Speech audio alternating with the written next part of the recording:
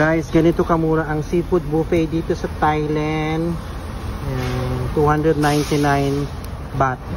I mean 298 baht guys for one person. 98 baht. My crab, my shrimp, my shells, my clams, and my ano din siya, tiger prawn, liver prawn. Sobrang mura na guys. So ayan siya guys, oh.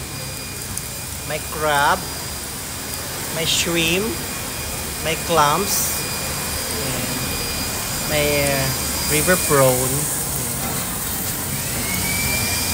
Ano pa ba? Meron din silang pusit, ayan. Squid. Ayan. So imagine 298 baht per person. Free drinks na siya guys. Dito yan sa Phuket Town.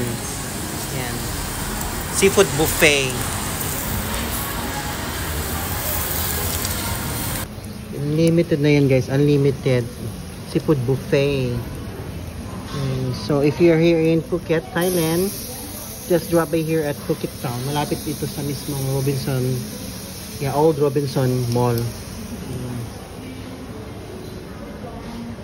And malinis yung ano, very clean yung restaurant nila guys. Ayan, I don't know what name of this seafood buffet.